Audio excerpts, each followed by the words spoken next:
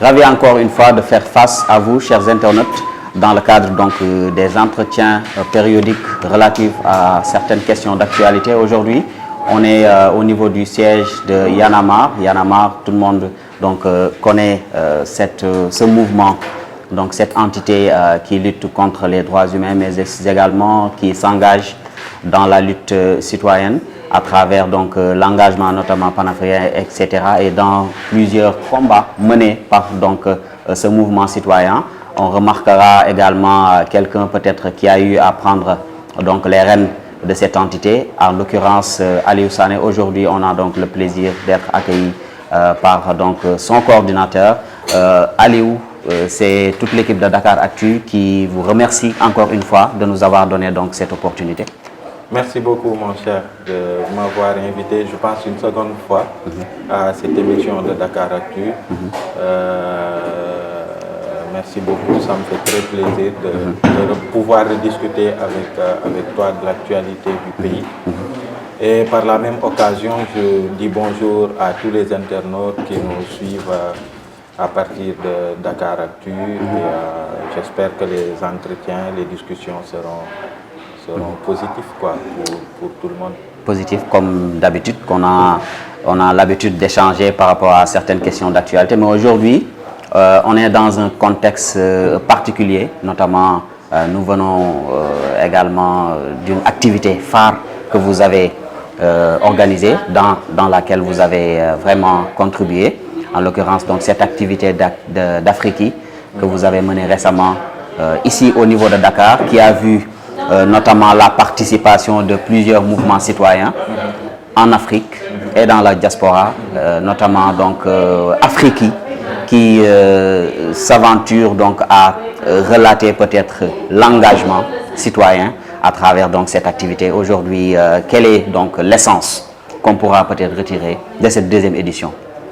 Donc, nous pouvons dire que le bilan de l'Université populaire de l'engagement citoyen est très positif à la lumière de toutes les discussions, des échanges et des engagements et surtout de la feuille de route qui a pu en découler sur des problématiques qui préoccupent la plupart des Africains actuellement, notamment en fait, globalement, la thématique était centrée autour de la poussée autocratique qui est plus que d'actualité en Afrique. Et face à cette poussée autocratique, c'est quoi l'action des mouvements citoyens?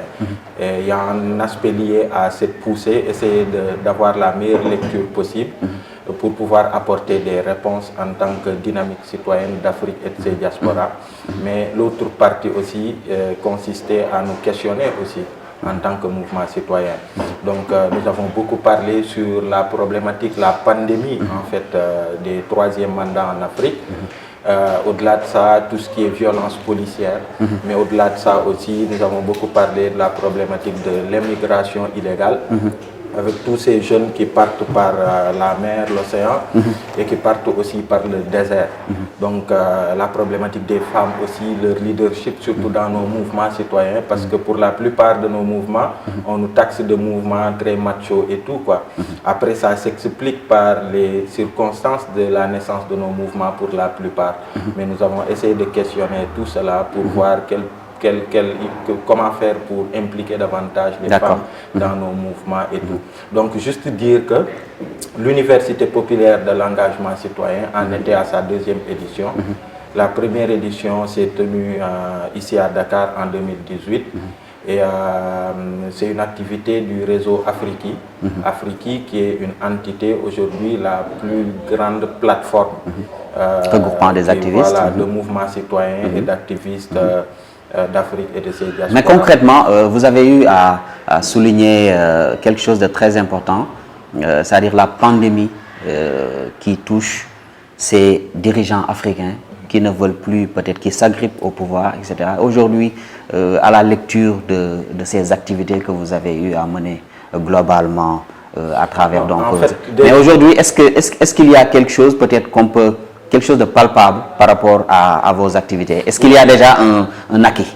Non, déjà, ce qu'il faut dire, c'est que on a tous constaté que si on n'y prend pas garde, la pratique qui consiste à tripatouiller les constitutions des différents États africains en vue de se maintenir au pouvoir à travers un troisième mandat par les différents chefs d'État qui se passent de mots. Si on y prend garde, ça va être institué comme la norme. Et aussi on s'est questionné et on s'est rendu compte que partout où ça a lieu en Afrique, quand c'est la Guinée, c'est les Guinéens qui se battent, les Sénégalais, même si nous, oui, on s'est engagé, mais c'est de loin. Et les autres pays africains, pour la plupart, regardent ça de très loin. Quand c'est passé en Côte d'Ivoire, on a vu aussi, il n'y a que les Ivoiriens. Et on sait aussi que le mouvement citoyen en Côte d'Ivoire n'est pas si fort que ça. Donc tout le monde a suivi ça de très loin. Donc vous jugez qu'il n'y a pas de synergie oui, en quelque sorte. On estime que ce qui pourra barrer la route à cette pandémie des troisième mandats et de tout ce qui est tripatouillage constitutionnel, c'est d'avoir une union des peuples africains à travers nos mouvements. Si ça se passe au Sénégal, si toutefois Macky Sall voulait s'entêter en fait à briguer un troisième mandat contre la volonté du peuple sénégalais, qu'au-delà de Y'en a marre et de tous les mouvements qu'il y a au Sénégal, qu'on puisse avoir tous les peuples africains qui se dressent pour dire non. On peut dire que ce n'est pas la première fois qu'un mouvement peut-être citoyen ou un mouvement panafricain puisse prendre en charge ces genres de questions. Mais aujourd'hui, Afrique, avec peut-être la manière dont il peut-être s'accapare des choses, est-ce que vous pensez qu'il sera... Oui, parce qu'Afrique quand même a la différence. Autant Y'en a marre et tous nos mouvements sont différents de la société civile classique qu'on a vue jusque-là. Autant Afrique... Quelle est la différence? La différence, c'est qu'aujourd'hui, Y'en a marre au Sénégal. Il y avait la société civile qui s'est battue sur beaucoup de causes liées à la démocratie, mais le mouvement Y'en a marre et tous les autres mouvements qui sont venus après, qui ont un peu le même mécanisme, moins formel, sont venus avec un souffle nouveau qui a été déterminant en 2011. Autant aussi partout en Afrique, les gens s'étaient battus jusque-là, mais les mouvements qui ressemblent à Y'en a marre dans la constitution, dans la façon de se mobiliser et de se mouvoir dans l'espace civique sont assez différents. Et c'est des mouvements qui, pour la plupart, ont un ancrage populaire qui fasse que sur des problématiques comme ça, ils peuvent soulever partout en Afrique l'opinion publique africaine et même internationale pour barrer la route à ces tyrans qui disent pas leur nom, à ces dictateurs et à ces autocrates. En fait, donc Afrique sera en quelque sorte, bon, elle peut être la solution. On trouve que c'est la solution. Face à ces présidents qui se passent le mot, qui s'organisent pour se maintenir au pouvoir, et face à toutes ces institutions telles que la CEDEAO, l'Union africaine et même la francophonie, qui normalement devraient pousser ces présidents à respecter les volontés de leur peuple et à respecter leur constitution. Et toutes ces institutions, selon les Africains, la perception qu'on a d'elles, c'est qu'elles confortent au contraire ces présidents, ces dictateurs, ces autocrates à être encore plus forts et à écraser leur peuple. On pense que l'alternative, la solution, c'est qu'une union africaine en fait des peuples, qu'à travers nos mouvements, que l'on puisse s'interconnecter davantage, de telle sorte que partout où il est question de ces forfaits-là venant des chefs d'État, que l'on puisse avoir un lever de bouclier de tous les mouvements citoyens africains et puis de tous les citoyens africains. Nous avons remarqué qu'Afrique a fait même une interpellation par rapport à certains de ses membres qui auraient été retenus ou même contraints de participer deux activistes qui font partie de la plateforme. Aujourd'hui, quelle est la lecture que vous pouvez faire? Non, déjà, il faut quand même dire ce qui s'est passé. Pour l'histoire, il est important de dire les choses telles qu'elles se sont déroulées quand même. Parce que parfois, entre ce qu'il y a et ce que les médias peuvent dire, parfois il y a un fossé. C'est qu'il y a deux de nos camarades, Rim Abbas du Soudan et Martial Panouchi qui est du Congo, mais qui est en exil au Burkina, qui ont été retenus. Pour Rim Abbas, c'était pour défaut de visa, parce que les autorités ont estimé qu'elle fait partie des pays qui ne peuvent pas avoir de visa à l'arrivée. Donc elle aurait dû prendre le visa avant de quitter. Donc dès que c'est arrivé, elle est arrivée dimanche, je pense. Dès le lundi matin, on a pu l'embarquer sur un vol qui l'a ramené à Khartoum. Et pour Martial Panouchi, c'était un peu plus compliqué. Il est arrivé samedi et il a été retenu pour raison de passeport. parce qu'il a un statut de réfugié, il a un passeport de réfugié, qui fasse que les autorités ont estimé qu'il aurait dû, à partir du Burkina, demander un visa et pouvoir venir et rentrer au Sénégal. Et ce que je peux dire par rapport à ça, c'est que c'est dommage qu'on en soit encore là. Le problème de fond, c'est que, à l'image de l'Europe, où le citoyen européen peut circuler librement dans toute la zone Schengen, qu'on en soit encore là en Afrique, que des Africains aient besoin de passeport pour pouvoir aller, de visa pour pouvoir rentrer dans un autre pays africain. Et pire, moi, le visa le plus cher que j'ai eu à payer, c'est le visa pour aller au Congo. De tous les visas, il est plus cher que le visa des États-Unis, de la France et de tous les autres pays des autres continents. En tant qu'Africain, je paye beaucoup plus cher le visa du Congo que le visa des États-Unis. La conscience africaine quand même. Donc du coup, Martial, dès qu'il a été retenu le samedi, ce que je peux dire aussi, c'est que nous déjà, qui nous battons pour la démocratie dans nos pays, même nos droits sont bafoués. Quand on est parfois dans des situations où l'autorité peut avoir une raison de nous retenir, c'est très compliqué. Donc ils lui ont dit, vous avez un statut de réfugié, vous avez un papier de réfugié comme passeport, vous auriez dû demander au Burkina avant d'arriver. Donc ils l'ont retenu le samedi et malheureusement c'était le week-end. Donc il fallait en haut lieu auprès du ministère de l'Intérieur, auprès de la direction de surveillance du territoire, faire le nécessaire et après de samedi à lundi, les procédures étaient très compliquées et à un moment on a dit il ne faut pas qu'il souffre davantage parce qu'il était tenu dans des conditions assez vraiment déplorables. Et donc du coup... Donc le cas de la Soudanaise est beaucoup plus acceptable quand même. Et pour Martial, finalement, on a dû chercher un vol. Mardi, il n'y en avait pas. On a pu trouver un vol pour mercredi pour qu'il puisse retourner au Burkina. Et c'est vraiment dommage, malheureusement, qu'il n'ait pas pu prendre part à l'UPEC. Il faisait partie la conclusion que vous en avez tirée, c'est que le travail de fond à faire, c'est encore une fois que nos peuples puissent pousser nos dirigeants dans le sens de l'Union africaine. Tu vois. Nos présidents ont du mal, de par leurs intérêts crypto-personnels, de par leurs calculs politiciens, ils n'y arrivent pas. Mais nous, les peuples, nous devons davantage les pousser à cela. Et cela doit passer d'abord par l'Union africaine des peuples. Et Afriki est une plateforme, justement, où on interconnecte les peuples africains sur différentes problématiques qui nous préoccupent. C'est clair. En tout cas, c'est une activité qui a été beaucoup suivie dans le monde et qui a peut-être certainement...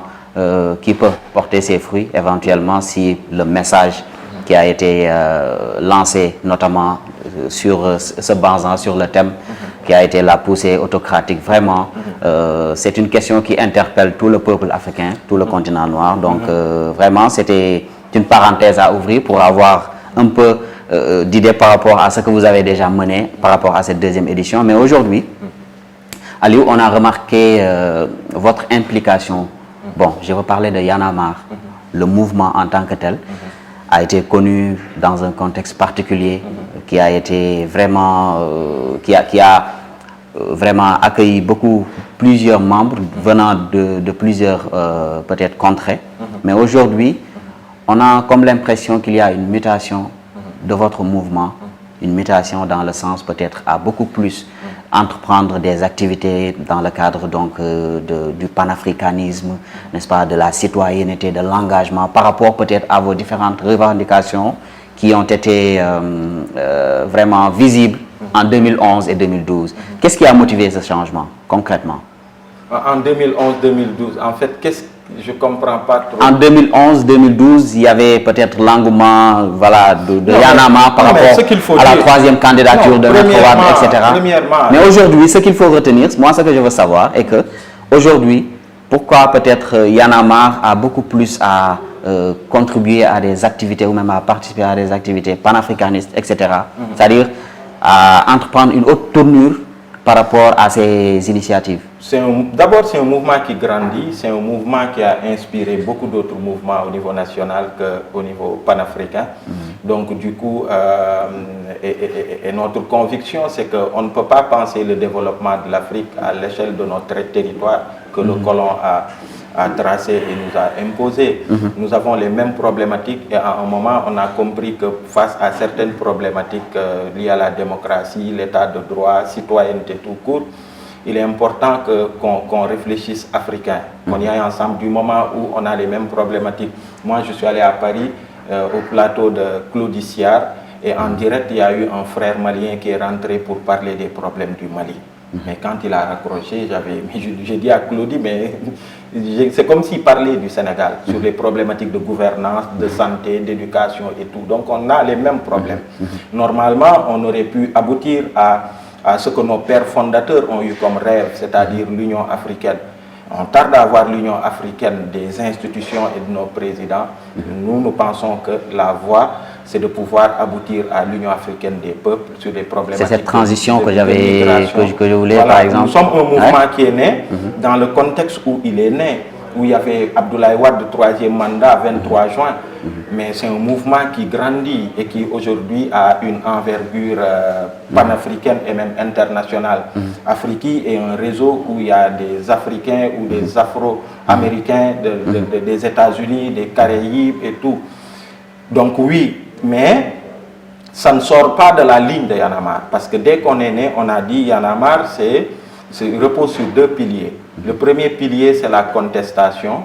Et on a vu qu'on a contesté et on continue de contester encore. La dernière en date, c'est que nos mouvements commencent d'ailleurs même à se substituer aux associations consuméristes. Par exemple, sur la problématique de Orange. On a vu Y'en a marre prendre les devants. Et normalement, c'est les associations consuméristes qui auraient dû prendre ces devants. Malheureusement, on est dans des pays où ces associations sont c'est pas très fort.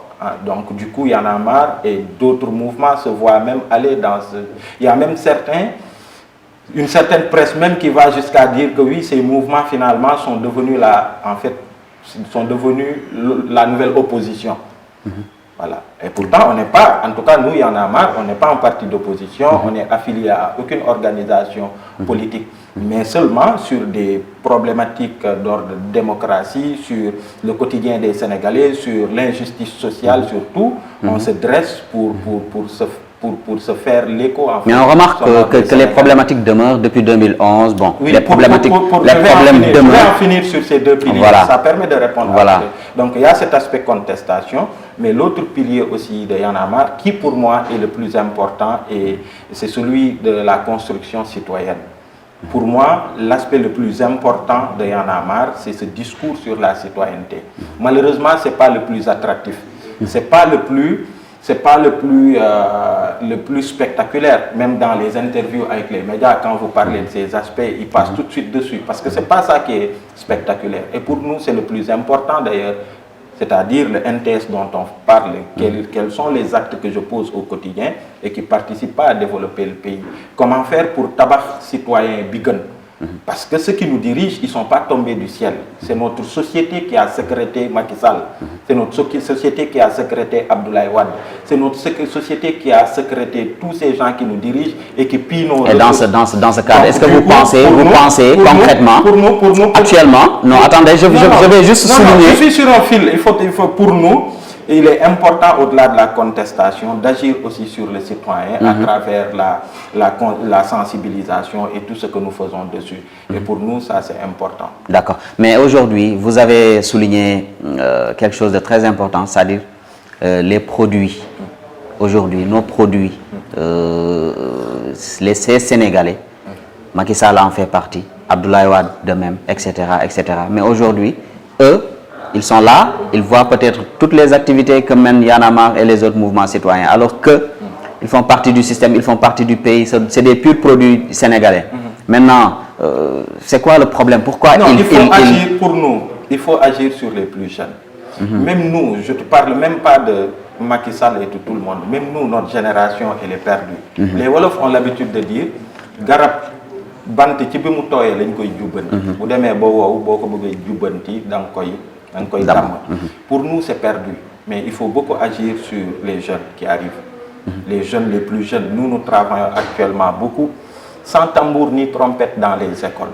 Vous voyez, il y a eu des moments, en fait, par exemple, sur les lycées, l'Imamoulaye et tout, Si vous allez à Sam Notaire dans les écoles, la première chose, c'est qu'on essaie, par exemple, l'école élémentaire de Sam Notaire, où il n'y a même pas d'eau. En fait, les toilettes ne marchent même pas.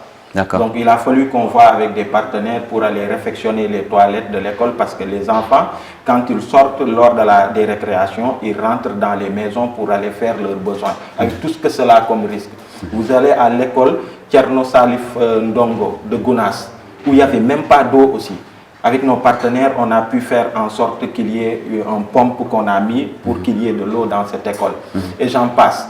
Donc, on pense qu'il est important de bâtir en fait sur les enfants, sur les plus jeunes, pour qu'ils puissent avoir une meilleure éducation et qu'ils puissent être imbus aussi de valeurs civiques. À chaque fois qu'il nous est donné l'occasion, on essaie de tenir des conférences sur la citoyenneté, mais en même temps, à l'Imamoulaye, par exemple, on est allé jusqu'à engager les élèves à travailler ensemble, à mettre en place un jardin scolaire, où à l'heure des pauses, les élèves ils viennent, ils arrosent les plantes et tout. Ça essaie un peu de développer. À l'Imamoulaye. Moi j'ai fait l'Imamoulaye, il y avait un jardin scolaire, il y avait une cantine scolaire, mais bon. Non, un jardin scolaire avec les maguettes et tout, leur club scientifique et environnemental là-bas. Donc ils avaient l'idée au départ, ils avaient commencé, mais il fallait les aider à mieux le faire, à le développer. Donc vous pensez que la lutte doit se faire autour donc, de cette question de citoyenneté? La citoyenneté, elle est importante. Elle est très importante pour nous. Le capital le plus important pour ce pays, c'est de travailler à faire en sorte que les jeunes, nos fils et nos neveux et la génération qui a vous ne pensez pas aussi de citoyenneté, qu'elle soit plus imbue de valeurs civiques. Voilà, vous ne pensez pas aussi qu'il y a un travail énorme à faire sur cette question qui avait été soulevée par un droit de l'homiste que vous connaissez, M. Aliou Tine, qui avait soutenu cette problématique par rapport à la longévité des chefs de l'État au niveau africain, surtout donc au niveau ouest africain. C'est problématique cette question. La longévité de quel? La longévité, c'est-à-dire ces chefs d'État qui s'agrippent au pouvoir, etc. Vous ne pensez pas qu'il y a une lutte à mener, quelque chose à mener, un combat à mener pour que peut-être ces dirigeants soient conscients, par exemple, que voilà, c'est quelque chose qui doit être en quelque sorte, qui doit avoir un terme à un moment donné. Ces gens, ils ont un projet, les chefs d'État, ils ont un projet, c'est-à-dire comment tripatouiller la Constitution pour me maintenir au pouvoir, ou comment donner une certaine interprétation de la Constitution pour me maintenir au pouvoir. Quelle est la solution? Et eux, la solution, c'est de se dresser contre eux, point barre. Ce n'est pas des gens qu'il faut raisonner parce qu'ils ont un forfait à commettre, c'est des gens qui sont animés de très mauvaise foi, et c'est ça. Pour les chefs d'État qui tripatouillent la Constitution, pour se maintenir, il n'y a pas de dialogue, il n'y a rien du tout, il faut se dresser, point. Si Macky Sall, par je ne sais pas quelle manie, essaie en 2024 d'essayer de faire... Macky Sall, il n'a pas encore donné une voix claire par rapport à la situation. Il reste dans le flou. En même temps, on voit de plus en plus quand quelqu'un qui est de son camp, qui loue, qui dit oui, Macky Sall il a droit à un troisième mandat ou je ne sais pas quoi, qui en tout cas soutient une thèse qui va dans ce sens, et rien ne lui arrive. Mais comme par hasard, à chaque fois qu'il y a quelqu'un de son camp qui essaie de rappeler les propos que Macky a tenus en 2011, qui essaie de rappeler la sacralité de la Constitution et le fait que sur le mandat, le nombre de mandats, c'est verrouillé. Et à chaque fois, c'est des gens qui sont limogés, c'est des gens qui sont jetés, quoi, voués au gémini. Donc, qu'est-ce que ça renvoie aux Sénégalais? C'est ça qui fait que chat échaudé craint l'eau froide. Aujourd'hui, est-ce que vous, à votre niveau, vous avez peut-être les armes, entre guillemets, nécessaires pour essayer donc de faire face? Parce qu'aujourd'hui, nous remarquons qu'à chaque fois qu'il entreprend, peut-être que, voilà, c'est en quelque sorte un saint, mais aujourd'hui, on voit nettement qu'il réussit sur tous les coups. C'est l'occasion vous est donnée aujourd'hui peut-être pour... Vous savez... Parce que Y'en a marre, autant Y'en a marre, face à Abdoulaye Wade, vraiment, c'était impeccable. Mais aujourd'hui, on voit que, voilà, peut-être il y a des activités qui ne sont pas bien menées quand même. Mais écoute, si par exemple Abdoulaye Wade, le 23 juin, a dit, écoutez, ceux qui sont contre la loi, manifester, ceux qui sont pour manifester. C'est pourquoi 23 juin a pu avoir lieu. Si Macky Sall n'a pas cette hauteur, et que sur le parrainage, on bunkerise Dakar comme je sais pas, comme une zone de guerre, qu'est-ce que tu veux? Qu'on prenne les armes? C'est pas notre faute. Qu'est-ce qu'il faudra faire alors? Mais ce qu'il faut faire, je pense qu'il faut... C'est pourquoi on a dit qu'au-delà de nos frontières, Et on va le voir. Il faut une mobilisation plus forte de tous les Africains. Quand c'est la Côte d'Ivoire désormais que tous les Africains se lèvent. Si c'est le Sénégal que tous les Africains se lèvent. C'est ça la voie. Et c'est ça qu'on est en train de tracer. Et c'est sur ça qu'on est en train de travailler dans le cadre de ce réseau panafricain. Parce que, encore une fois, les chefs d'État, mais regardez tous ces chefs d'État qui sont allés à l'investiture de Ouattara et de Alpha Condé. C'est quoi? Parce qu'ils valident son forfait. Donc c'est à nous, peuples africains, de nous dresser. Et c'est sur ça que nous, on travaille. Et c'est ça la clé. Vous pensez que Macky Sall est dans cette même dynamique que ces chefs d'État? On ne sait pas. Mais ce qu'on peut dire, il y a des signaux qui ne rassurent pas les Sénégalais. Parce que, encore une fois, Koundo Bin Ray Samam, Fogissé Lounioul, Dao. On commence à travers ces signaux-là, c'est-à-dire tout le monde, tous ceux qui sont de son camp, qui essaient de dire oui, Macky Sall, il peut briguer un 3e mandat, c'est super. Tous ceux qui rappellent les principes et la sacralité de la Constitution et le fait que Macky Sall ne peut pas prétendre à un 3e mandat, ils sont limogés. Ça, on le remarque ça veut dire qu'il y a peut-être une idée à se faire. Mais jusque-là, il n'a posé aucun acte. C'est ça. Mais aujourd'hui, on a vu une reconfiguration de l'opposition, bon, une reconfiguration politique globalement. Mais aujourd'hui, est-ce que vous êtes rassuré que cette opposition-là que nous voyons, qui est en face, fera peut-être bouger les choses par rapport donc, au régime qui s'entête, au régime en place? Une opposition doit s'opposer. Et de toute façon, ils n'ont pas le choix. Il faut qu'ils se battent. Parce que l'objectif de Macky Sall, c'est de faire en sorte qu'il n'y ait aucune opposition. Malheureusement, quoi, on a vu tout ce qu'il y a eu comme tractation ces derniers temps. Tous ces gens qui étaient dans l'opposition et qui ont basculé. Parce que pour la plupart, encore une fois, nos hommes politiques, c'est des gens qui sont habitués en fait aux faveurs du pouvoir. Voilà, une fois qu'ils commencent à durer dans l'opposition, ils s'essoufflent et ils ne sont plus habitués à la belle vie du pouvoir. Et Macky Sall, il connaît ça, il sait ça. Donc il sait jouer sur ces choses pour attirer les gens et on a vu qu'une bonne partie de l'opposition a basculé du côté du pouvoir. Mais ce n'est pas le peuple qui a basculé. Et même ces gens de l'opposition qui basculent, ils ne basculent pas avec tous ceux-là qui avaient voté pour eux, même lors des dernières élections. C'est là qu'ils se trompent. Et donc l'opposition politique qui est restée dans l'opposition doit se réarmer, doit retravailler à être une opposition qui soit forte et crédible. Parce que finalement, moi je pense que Macky Sall, ça va partir. En 2024, d'une manière ou d'une autre, il partira. Et c'est à lui de choisir comment est-ce qu'il partira. Avec honneur ou qu'il marche sur des cadavres pour sortir du palais. C'est à lui de voir. Mais pour moi, de plus en plus, les Sénégalais doivent en fait, de plus en plus, il faut aussi questionner notre opposition. Parce que très souvent, Abdou Diouf est parti. On nous ramène Wade. Et on a vu ce qui est arrivé avec Wade. Wade est parti et avec toute la passion et tout, en fait, l'arrivée de Macky Sall, tout ce que ça a suscité chez certains Sénégalais comme espoir, on a vu où est-ce donc vous pensez que c'est-à-dire cette crème politique que nous avons ne fera pas l'affaire, ne fera pas bouger les choses? Non, une certaine crème politique. Vous voyez même Macky Sall, il est moulé dans quel moule? Et on pense que toute cette classe d'hommes politiques qui est en train de faire dans la résistance, elle va passer. De plus en plus, les Sénégalais, ils sont exigeants. Les Sénégalais, de plus en plus, et de ce point de vue-là, pour moi, il y a une mue qui est en train de s'opérer, qui n'est pas arrivée à terme. Mais cette classe d'hommes politiques à la Senghor, Diouf, Wade de Macky Sall, elle va partir. Et c'est pourquoi, pour moi, c'est là le mérite d'un leader politique, de jeunes leaders politiques comme Thierno Bocoum, qui viennent avec d'autres discours, qui restent quand même assez constants sur leur logique. Des jeunes comme Barthélémy Diaz aussi, Ousmane Sonko. Il a été avec Idrissa Seck, Thierno Bocoum. Comment? Oui, il a été, mais il a quitté. Mais il a quitté. En fait, il a fait ses humanités politiques chez Idrissa Seck. Mais à un moment, il a créé son organisation et jusque-là, depuis qu'il a créé son parti, on voit que c'est un jeune leader quand même qui se bat, quoi. Il y a Ousmane Sonko, par exemple, qui est venu avec un discours neuf, qui est venu avec, voilà, qui a amené avec lui beaucoup de jeunes qui ne croyaient pas à la politique. Donc, je pense qu'ils ont certains hommes politiques qui pourraient faire l'affaire. se battre pour continuer à mériter quand même aussi la confiance des Sénégalais. Parce que c'est bien de discourir et de dire tout ce qui se passe n'est pas bon, il faut casser ce système.